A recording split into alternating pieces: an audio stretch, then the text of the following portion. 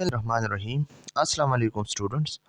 आज हम BSN 7 semester unit number first part 4 discuss करने जा रहे हैं और आज हम इस चैप्टर को वाइंड अप करें। लेकिन इस चैप्टर के जो इम्पोर्टेंट हिस्सा है वो आज हमने डिस्कस करना है। इसमें मुख्तलिफ़ किस्म के जो मैनेजमेंट लेवल्स हैं, टॉप है, मिडल है, ऑपरेटिव है, वो हमने डिस्कस करनी है और फिर फॉर्मल एंड इनफॉर्मल ऑर्गेनाइजेशन हमने डिस्कस करनी है। ओके। और अगर आपको याद है तो लेक्चर नंबर 3 में पार्ट 3 में हमने ऑर्गेनाइजेशनल एनवायरनमेंट जो है डिस्कस की थी। ठीक है। तो organisation environment and organisational culture ये क्या चीज़ होते हैं। हमारे पास मुख्तलिफ़ किस्म के ऑर्गेनाइजेशंस हैं, like hospital, like colleges, like company, like factory. तो ये हमारे पास एक ऑर्गेनाइजेशन है। तो इसके जो एनवायरनमेंट है, ओके, इसमें एम्प्लॉय काम करता है, वर्कर काम करता है, मैनेजर मैनेजमेंट करता है, लीडरशिप करता है। तो ये हमारे पास एक ऑर्गेनाइजेशन एनवायरनमेंट होता है। ओके। और जब ये अपने तरीक़ों से जो इस इंस्टीट्यूट में या इस कंपनी में या इस ऑर्गेनाइजेशन में जो तौर तरीके हैं, ओके, इसको फॉलो किया जाता है, तो ये हमारे पास एक किस्म के कल्चर होता है। ओके। तो organizational culture and organizational environment ये दोनों जो है लाजिम मलजूम है। Okay. Organizational culture, on the other hand, are the basic assumptions and values held by member of the organization। ये हमारे पास क्या है ऑर्गेनाइजेशनल कल्चर, ये हमारे पास बेसिक assumptions है, ओके, और बेसिक वैल्यूज है, ओके, जो मुनक़िद हुआ है किसकी वजह से, मेंबर्स ऑफ दी ऑर्गेनाइजेशन। जो हमारे पास ऑर्गेनाइजेशन है इसमें जो मेंबर्स हैं, चाहे वो एम्प्लॉयज़ है, चाहे वो पार्टिसिपेंट्स हैं, चाहे वो वर्कर है, चाहे वो मैनेजर्स हैं, लेकिन इन सब ने क्या करना है, मुनक़िद करना है किसी ख़ास वैल्यूज़ को, किसी ख़ास एजम्पशंस को। तो ये हमारे पास क्या होगी, ये हमारे पास कल्चर होगा, ऑर्गेनाइजेशनल कल्चर। ये मेंबर्स ने ऑर्गेनाइजेशन में क्या किया है, हेल्ड किया है in the form of assumptions, in the form of values. Okay. तो ये किसने ये डिफिनेशन किया है, सुलिवन 2013। ओके। तो इसमें कोई मुश्किल नहीं है, इजी है। These are often known as the unstated rules of the game. इसको अनस्टेटेडली जो है रूल्स ऑफ गेम भी कहा जाता है। ओके। ये एमसीक्यूज पॉइंट ऑफ व्यू से इंपॉर्टेंट पॉइंट है। अनस्टेटेड मीन गैर बयान करदा, जो बयान नहीं करता है लेकिन लोग इसको मानते हैं कि ये क्या है, रूल्स ऑफ द गेम है। तो चले देखते हैं कि what is mean by the rules of game. ये डिस्क्राइब करता है the unwritten norms, expectations and assumption that govern behavior within an organization. Okay. ये हमारे पास क्या है, अनरिटन नॉर्म्स है, जो तौर तरीके हैं हमारे सोसाइटी के, लेकिन किसी ने लिखा नहीं है और न लिखने की इसकी ज़रूरत है। जो एक्सपेक्टेशन है, हमारा मुआशरा, हमारा सोसाइटी या हमारा ऑर्गेनाइजेशन जो एक्सपेक्टेशन करता है अपने एम्प्लॉयज़ वर्कर से, ओके, और इसकी जो एजम्पशन है बिहेवियर इन ऑर्गेनाइजेशन, ओके, तो ये रूल्स ऑफ गेम्स है। और इसके मैं आप लोगों को जो है एग्जांपल दे सकता हूँ, इससे आप लोग जो है समझ जाएगी। ठीक है। अगर हम एक ऑर्गेनाइजेशन में देखें कि इसमें एम्प्लॉयज़ जो है काम करता है, तो ये एम्प्लॉयज़ किस के मानंद है, ये प्लेयर्स है ना। प्लेयर जब क्रिकेट खेलता है, प्लेयर प्लेयर प्ले करता है गेम को, तो ये प्लेयर्स होते हैं ना। तो ऑर्गेनाइजेशन में एम्प्लॉयज़ होता है। ओके। अगर हम ऑर्गेनाइजेशन की बात करें तो जिस तरह गेम है, क्रिकेट गेम है, हॉकी है, फुटबॉल है, और वॉलीबॉल है, बैडमिंटन है, तो ये सब क्या है, ये हमारे पास एक किस्म की गेम होता है, ऑर्गेनाइजेशन होता है। तो ऑर्गेनाइजेशन सेम होता है गेम की तरह। ओके। और अगर हम विनिंग की बात करें कि किसने विन किया, ठीक है, किसने लॉस किया, तो ये हमारे पास सक्सेस है। तो अगर प्लेयर है, गेम है, विनिंग है, तो ये हमारे पास एक गेम होता है ना। तो इसी तरह अगर एक ऑर्गेनाइजेशन में जो है एम्प्लॉयज़ है, सक्सेस है, आउटपुट है, एफिकेसी है, एफिशिएंसी है, तो ये हमारे पास क्या है, ये हमारे पास एक गेम एनालॉगी है ना। तो इसलिए इसको रूल्स ऑफ दी गेम कहा जाता है। ओके। अगर हम प्लेयर की बात करें, एम्प्लॉयज़ की बात करें, need to understand the rules to pay effectively. Okay, effectively जो है गेम को प्ले करता है। ओके, इसी तरह अगर हम गेम की बात करें या ऑर्गेनाइजेशन की बात करें, has its own set of rules, इसके अपने रूल्स होते हैं। Okay, that govern behavior and decision making, इसके थ्रू इसने बिहेवियर जो है शो करना है और डिसीजन जो है लेनी है। और अगर हम विनिंग सक्सेस की बात करें तो understanding and following the rules of game can help employees and the organization achieve success.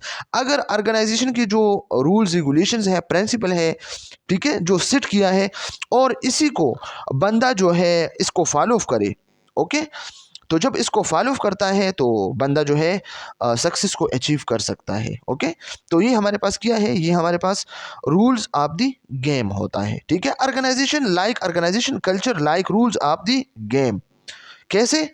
Player होते हैं जो एम्प्लॉय होते हैं, गेम ऑर्गेनाइजेशन के मानंद और विनिंग सक्सेस। ओके, तो ये क्या है, रूल्स ऑफ गेम है। Okay, MCQs of point of view से इंपॉर्टेंट है।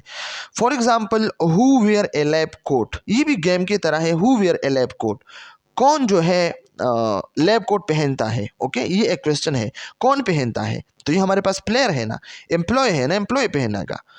When is report given and to whom, रिपोर्ट कब और किसको दी गई, रिपोर्ट किसको दी गई और कब दी गई। ओके, तो ये हमारे पास क्या है, एक गेम है, किसको दी गई, कब दी गई। ओके, इसी तरह अगर हम थर्ड क्वेश्चन को देखें, व्हेन इज लेटनेस टॉलरेटेड, क्या लेट होना बर्दाश्त की जाती है, क्या ताखीर बर्दाश्त की जाती है।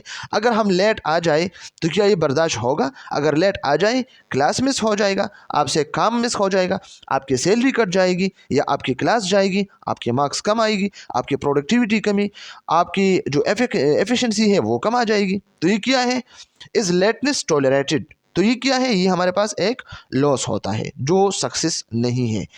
हाउ लेट इज़ एक्सेप्टेबल, और कितनी अगर हम लेट हो जाए तो काबिल कबूल है, कितनी देर काबिल कबूल है। तो ये क्या है, ये भी क्वेश्चंस हैं मुख्तलिफ किस्म के। तो स्टूडेंट्स इसमें कंफ्यूज नहीं होना है, बहुत सिंपल है, इजी है।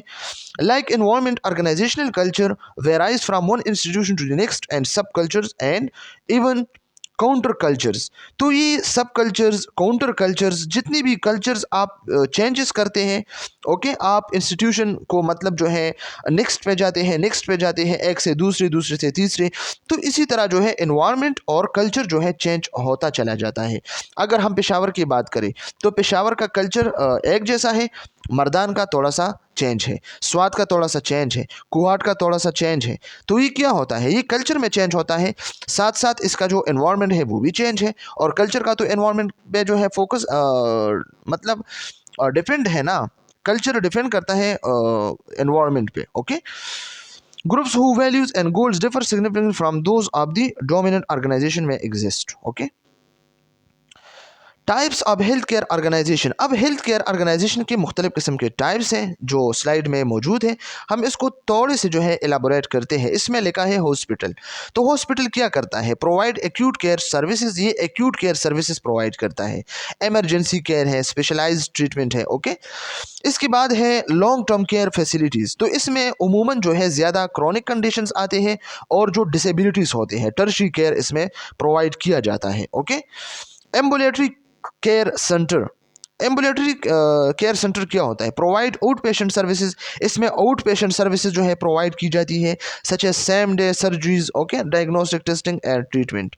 इसके बाद है home health care agencies, home health care agencies deliver medical and non medical care services to patient in their home, home में, घर में पेशेंट को नॉन मेडिकल या मेडिकल केयर जो है प्रोवाइड करना। ओके, मेडिकल ये कि जो दवाइयाँ है, मेडिसिन है वो लेनी है, और नॉन मेडिकल ये कि जो घरेलू टोटके हैं, ओके, इसी को फॉलो करना। इसके बाद है free standing clinics. What is free standing clinic, offer specialised और general medical services outside of a hospital setting. इसमें डॉक्टर जो है या नर्स जो है, जो प्रैक्टिशनर्स हैं, तो ये हॉस्पिटल के जो है बाहर, हॉस्पिटल के साथ नहीं, इसके बाहर जो है एक अपना क्लिनिक जो है इसने खोला है और लोगों के जो है क्यूर और केयर करता है। ओके, तो ये क्या होता है, होम केयर। ये क्या है ना, फ्री स्टैंडिंग क्लिनिक्स जो हॉस्पिटल में नहीं होता है। इसके बाद है temporary service agencies. Temporary service agencies mean provide temporary staffing solution for health care organisation.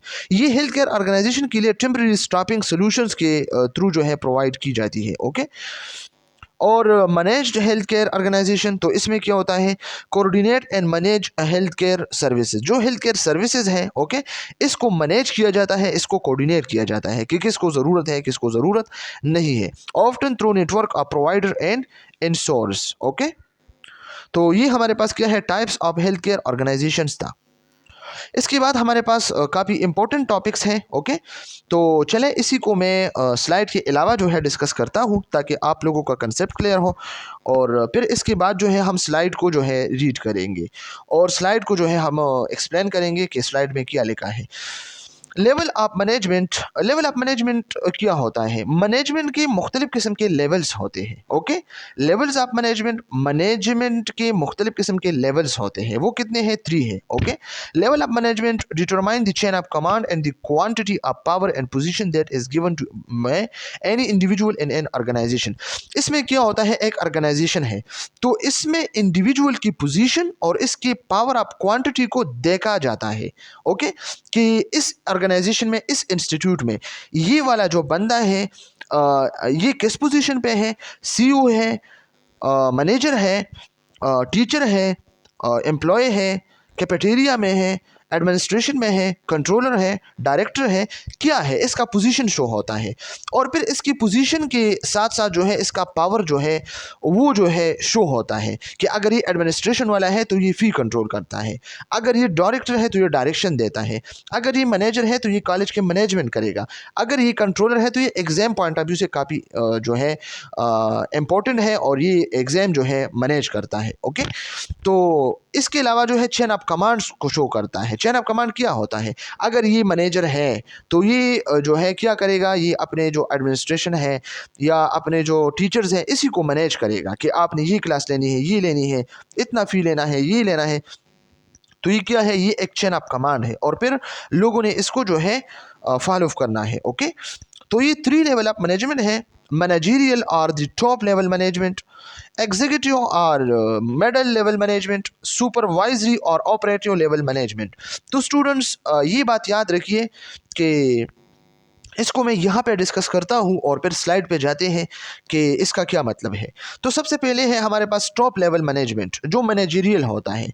तो ये कौन से वाला मैनेजमेंट है, ये क्या करता है, ये हमारे पास वो मैनेजमेंट है, वो मैनेजमेंट लेवल है जिसमें जो है क्या होता है, set overall organizational goal, vision and strategy. इसमें ओवरऑल ऑर्गेनाइजेशन के जो गोल्स है, जो विजन्स है और जो स्ट्रेटजीज है इसको सेट किया जाता है। Okay, makes major decision about the company directions. जो कंपनी के डायरेक्शंस होते हैं इसके जो है मेजर डिसीजंस लेनी है। ओके, इसमें हमारे पास क्या होता है, सीईओ होता है, सीएफओ होता है, सीओओ होता है, प्रेसिडेंट होता है, बोर्ड ऑफ डायरेक्टर्स होते हैं। तो ये क्या होता है, ये हमारे पास मैनेजरियल और द टॉप लेवल मैनेजमेंट। इसके बाद है एग्जीक्यूटिव और मिडिल लेवल मैनेजमेंट। तो इसमें क्या होता है, implement the plan and strategies set by the top management. Okay, जो टॉप मैनेजमेंट ने जो गोल्स दिए हैं, जो स्ट्रेटजीज प्रोवाइड की है, ओके, जो डिसीजन मेकिंग की है, तो एग्जीक्यूटिव और मिडिल लेवल मैनेजमेंट ने क्या करना है, जस्ट इसी प्लान और स्ट्रेटजीज को इम्प्लीमेंट करना है जो टॉप लेवल मैनेजमेंट ने मतलब डायरेक्शन दी थी। Okay, specific departments or projects coordinates activities between different teams। और फिर आपने क्या करना है, मिडिल लेवल मैनेजमेंट ने क्या करना है, इसने ये करना है कि डिफरेंट टीम्स, ओके, इसके बीच में एक्टिविटीज़ को कोऑर्डिनेट करना, प्रोजेक्ट्स को कोऑर्डिनेट करना, ओके, और स्पेसिफिक डिपार्टमेंट के बीच में कम्युनिकेट करना इंफॉर्मेशन को, okay, through chain of command. कि ये मेरा बात नहीं है, मेरे ऊपर जो लोग हैं टॉप लेवल मैनेजमेंट है, ओके, मैनेजरियल है, इसने ये जो है कमांड दिया है और आप लोगों ने इसको माना है। तो इसमें जो एग्जांपल्स है क्या है, रीजनल मैनेजर है, रीजनल डायरेक्टर है, डिविजनल डायरेक्टर है, डिपार्टमेंट हेड है, प्रोजेक्ट मैनेजर है इसमें। ओके, तो ये हमारे पास मिडिल लेवल मैनेजमेंट है।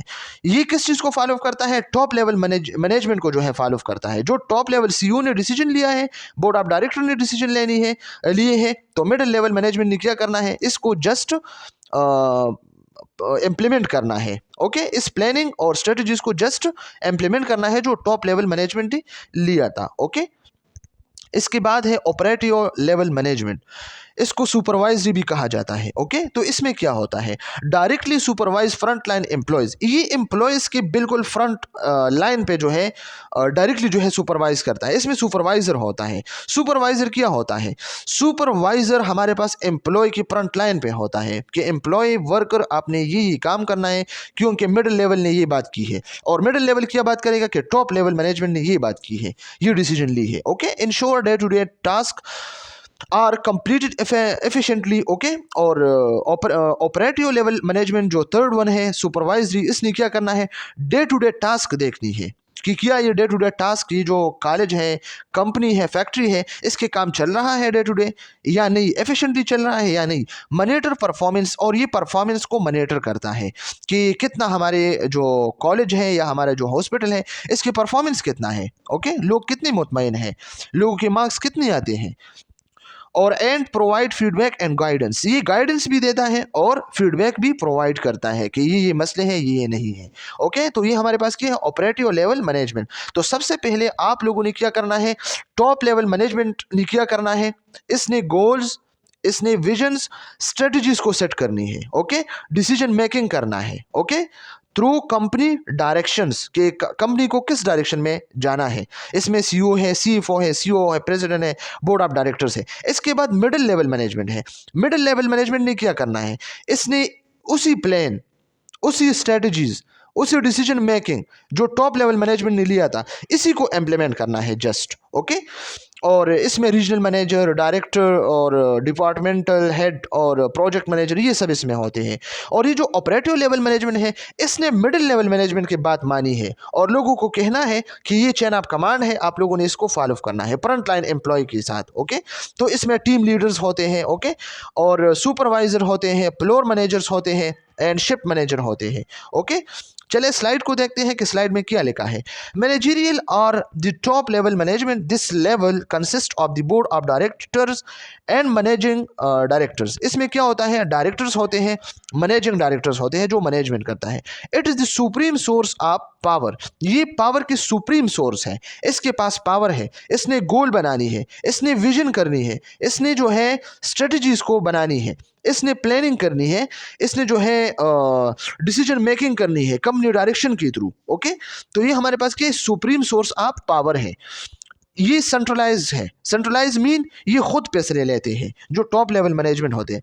It manage the policies and procedures of an entity, ये क्या करता है? पॉलिसीज को मैनेज करता है और प्रोसीजर्स को प्लान करता है। Okay, their main responsibility lies in planning and coordinating, ये जस्ट रिस्पॉन्सिबल होता है प्लानिंग के लिए कि हमने फ्यूचर में ये काम करना है, अगर हम ये काम करें हमारा इंस्टीट्यूट, हमारा हॉस्पिटल अच्छा होगा, अगर हम ये करें तो इससे हमारा मतलब हॉस्पिटल नहीं चलेगा। तो ये रिस्पॉन्सिबिलिटीज़ जो है इसकी क्या है? प्लानिंग है, कोऑर्डिनेटिंग है, मुख्तलिफ किस्म की कोऑर्डिनेशन करनी है कि किस चीज़ की वजह से हमारा कॉलेज या हमारा जो इंस्टीट्यूट है वो आगे चल सकता है, तो वो डिफरेंट कोऑर्डिनेशन कर सकता है। ओके, एग्जीक्यूटिव और middle level management, departmental manager, इसमें डिपार्टमेंटल मैनेजर्स होते हैं। Okay, from this level of management these people are directly accountable to the top management for functioning of their respective departments। तो इसमें क्या लिखा है? वही बात लिखा है जो आगे हम ऑलरेडी डिस्कस कर चुके हैं। इसमें लोग जो है क्या करता है? डायरेक्टली अकाउंटेबल होते हैं, डायरेक्टली अकाउंटेबल। इसने चेन ऑफ कमांड दिखानी है कि ऊपर टॉप लेवल मैनेजमेंट ने ये बात की है, हमने इसको फॉलो करना है। Okay, their main rule comes under the regional and managerial functions of an organization, इसके डायरेक्शनल और मैनेजरल फंक्शंस है एक ऑर्गेनाइजेशन में जो ऑलरेडी हम डिस्कस कर चुके हैं। ओके, इसके बाद है सुपरवाइजरी और operative level management. The lower level managers are the first line of manager as they attribute at the base of operations। ये ऑलरेडी हम डिस्कस कर चुके हैं कि इसमें क्या होता है? Directly supervise front lines employee के साथ फ्रंट लाइन पे आना है कि आपने ये टास्क जो है करना है और ऐसे ऐसे आपने जो है करनी है। ओके, तो first line of managers. Okay, ये एमसीक्यूज पॉइंट ऑफ व्यू से इंपॉर्टेंट है. So they are essential personnel that communicates the fundamental problems of the organisation to the higher level. They solve issues of the worker and are responsible for the maintenance of appropriate relationship within the organisation. अगर organisation में कोई मसला है, कोई कमी है, तो आपने क्या करना है, ये सुपरवाइजरी ऑपरेटिव लेवल मैनेजमेंट ने क्या करना है, इसने टॉप लेवल मैनेजमेंट को बात पहुंचानी है कि आपका जो ऑर्गेनाइजेशन है, आपके जो हॉस्पिटल है, इंस्टीट्यूट है, इसमें ये कमी है, ये कमी है और ये मसले हैं, ये प्रॉब्लम है, आपने इसको सॉल्व करना है. Okay.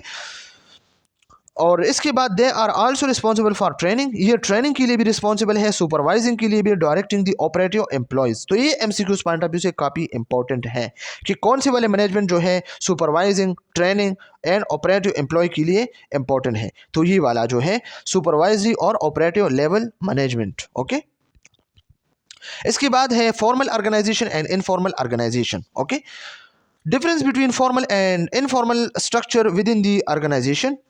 Formal organization is an organization in which job of each member is clear defined, whose authority, responsibility and accountability are fixed. Formal organization क्या होता है, जिसमें जॉब जो है क्लियरली डिफाइन हो. जॉब क्लियरली डिफाइन क्या मतलब है, each member of an formal organization has a specific job description outline their duties, task and responsibility.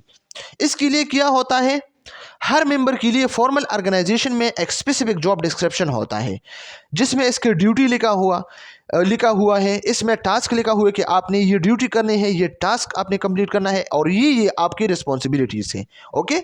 इसके बाद है अथॉरिटी. तो इसके क्लियर लाइंस ऑफ अथॉरिटी हो. Okay. Organization chart clearly outlines the hierarchy and who has the authority to make decision, issue instructions and allocate resources. इसमें जो है organisation chart होता है और इसमें ये आउटलाइन किया गया है कि हायरार्की इसमें है, चेन ऑफ कमांड है. ओके. वो कौन है जो जिसके पास अथॉरिटी है, जो डिसीजन मेकिंग करता है, जो इंस्ट्रक्शन को इशू करता है, जो रिसोर्सेज को एलोकेट करता है, वो कौन है. ओके. तो वूज अथॉरिटी, तो इसमें अथॉरिटी जो है शो होता है कि पला बंदा जो है डिसीजन मेकिंग कर सकता है. रिस्पॉन्सिबिलिटी, तो इसमें फिक्स रिस्पॉन्सिबिलिटीज होते हैं. Responsibilities are assigned to the individual and they are accountable for fulfilling those responsibility. Client को, जो वर्कर है, इसको जो है रिस्पॉन्सिबिलिटी देनी है कि ये रिस्पॉन्सिबिलिटी है आपकी और आपने इसको फुलफिल करना है, आपने इसको पूरी करनी है, आप इसके लिए जवाबदेह हो, आप इसके लिए अकाउंटेबल हो. ओके. लास्ट वन जो है अकाउंटेबिलिटी और फिक्स्ड, और इसमें fixed accountability, individual are held accountable for their performance and the outcome of their work. इसमें क्लाइंट से, एम्प्लॉय से पूछा जाता है कि आप इस चीज़ के लिए अकाउंटेबल थे, जिम्मेदार थे, क्या आपने परफॉर्मेंस किया है या नहीं किया है. इसके परफॉर्मेंस देखा जाएगा and outcomes of their works, और इसके जो आउटकम्स है, प्रोडक्टिविटी है, इसको भी देखा जाएगा कि क्या इसने किया है. ओके. तो फॉर्मल ऑर्गेनाइजेशन में 4 चीज़ें हैं. Job of each member is clearly define होना चाहिए कि आपका ये टास्क है, आपका ये ड्यूटी है, आपका ये रिस्पॉन्सिबिलिटीज है. ओके. और इसके बाद अथॉरिटी है. अथॉरिटी को शो करना है कि कौन है जिसके पास अथॉरिटी है, जिसके पास कमांड है, जिसने डिसीजन मेकिंग लेनी है, इशू इंस्ट्रक्शंस. ओके. और रिसोर्सेज को एलोकेट करना है. रिस्पॉन्सिबिलिटी, और मेरा रिस्पॉन्सिबिलिटी क्या है, मैं किस चीज़ के लिए रिस्पॉन्सिबल हूँ. ओके. एंड अकाउंटेबिलिटी, और मैं जिम्मेदार किस चीज़ की हूँ. इसमें इसके रिस्पॉन्सिबिलिटी, इसके परफॉर्मेंस और इसके आउटकम देखा जाएगा. ओके. इसके बाद है informal organization is formed within the formal organization as network of interpersonal relationship when people interact with each other. और इसमें क्या होता है, इसमें एक इंटरपर्सनल रिलेशनशिप होता है, जो पीपल एक दूसरे के साथ जो है इंटरेक्ट होते हैं, वैसे एक दूसरे के साथ जो गिसप्स होते हैं, गपशप जो है लगा रहा है, बातें करता है, सोशल मतलब एक दूसरे के जो है मतलब डिस्कस करते हैं, सोसाइटी को डिस्कस करते हैं, क्लास के इशू को डिस्कस करते. तो ये इनफॉर्मल ऑर्गेनाइजेशन है. ओके. यहाँ पे जो है काफ़ी डिटेल के साथ एक्सप्लेन किया है. ओके. लेकिन ये पे क्या होता है फॉर्मल ऑर्गेनाइजेशन, ऑलरेडी इसको हम डिस्कस कर चुके हैं. An organization type in which the job of each member is clearly defined. Okay. Whose authority, responsibility and accountability are fixed is formal organization. Okay. Informal organization, and organization formed within the formal organization as network of interpersonal relationship. Interpersonal relationship दो बंदों के बीच में relationship होता है, okay, एक दूसरे के साथ क्लोज होता है। When people interact with each other, जब लोग एक दूसरे के साथ जो है इंटरेक्ट होते हैं तो ये इनफॉर्मल ऑर्गेनाइजेशन बन जाता है, okay, is known as informal communication, okay. Creation deliberately by top management, और ये जो फॉर्मल ऑर्गेनाइजेशन है तो ये डिलिबरेट हुआ है। डिलिब्रेशन क्या होता है? जानबूझकर बनाना किसी चीज़ को, ओके, तो ये मैनेजमेंट, टॉप मैनेजमेंट ने बनाया होगा, okay.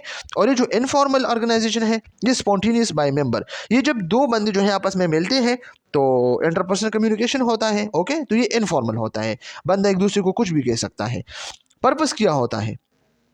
To fulfil the ultimate objective of the organization. और फॉर्मल ऑर्गेनाइजेशन में क्या होता है, इसमें आपके जो ऑब्जेक्टिव्स है वो आपने अच्छे से जो है फॉलो करनी है, इसको आपने छोड़ना नहीं है, ओके। और ये जो इनफॉर्मल ऑर्गेनाइजेशन है to satisfy their social and psychological needs, इसमें कोई ऑब्जेक्टिव्स नहीं है, जस्ट जो है सोशल नीड्स जो है पूरी करनी है, सोसाइटी से जो है मिलना है, एक दूसरे से जो है बात करनी है, एंड साइकोलॉजिकल नीड्स एक दूसरे को जो है बातें करनी है, जस्ट साइकोलॉजिकल नीड्स है इसमें। नेचर क्या है? Stable, it contents for a long time, ये continues for a long time.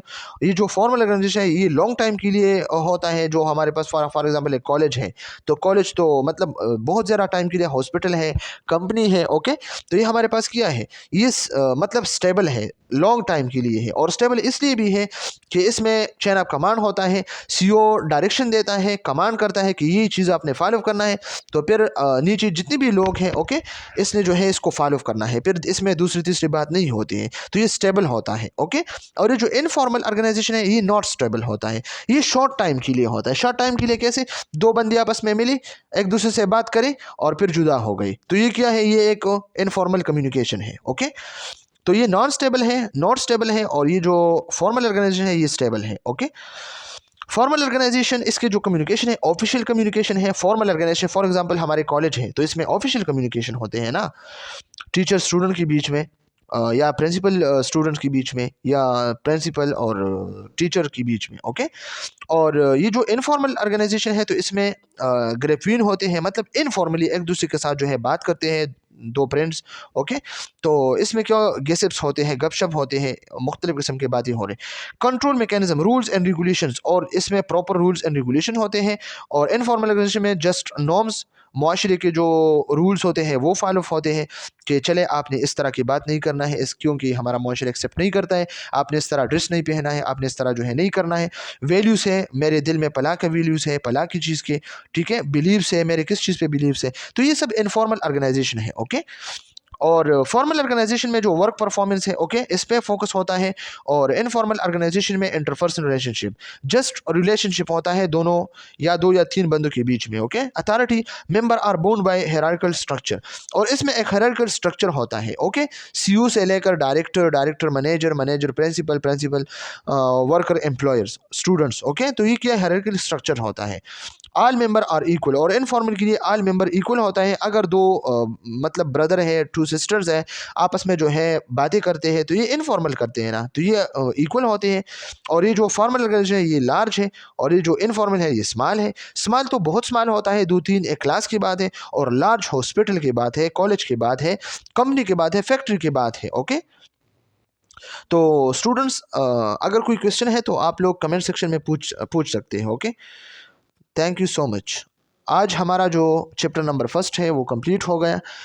लेकिन स्टूडेंट्स एक बात याद रखिए, ये जो चैप्टर है काफ़ी जो है टर्मिनोलॉजीज थे इसमें, और बहुत लॉन्ग भी था, तो मैंने सोचा कि चले एक लेक्चर में नहीं करते हैं, 4 पार्ट्स में करते हैं, ताकि आप लोगों को कल कोई मसला ना हो पेपर और एग्ज़ाम पॉइंट ऑफ व्यू से, ओके। तो इसलिए मैंने जो है इसको 4 पार्ट्स में कन्वर्ट किया, ओके। लेकिन मैंने बहुत ज़्यादा कोशिश की और मैंने सोचा कि इसको मतलब शॉर्ट करें, लेकिन फिर मैंने सोचा कि ये फर्स्ट चैप्टर है, अगर आप लोगों का कंसेप्ट क्लियर हो तो फिर आगे जितने भी चैप्टर्स हैं तो वो इतने टफ नहीं होगी इंशाल्लाह, ओके। तो ये 4 पार्ट्स है, आपने पार्ट फर्स्ट, सेकंड, थर्ड और ये 4 जो है सब के सब जो है स्टेप बाय स्टेप देखनी है, ओके। तो अगर फिर भी कोई क्वेश्चन, कोई मसला, प्रॉब्लम्स, तो आप लोग कमेंट सेक्शन में पूछ सकते हैं, ओके। और मेरा जो व्हाट्सअप ग्रुप है इसको आपने ज्वाइन करना है, मैं डिस्क्रिप्शन में जो है इसका लिंक मतलब को पेस्ट करता हूँ, ठीक है। चले खुदा हाफिज़, आज के लिए इतना काफ़ी। Thank you so much.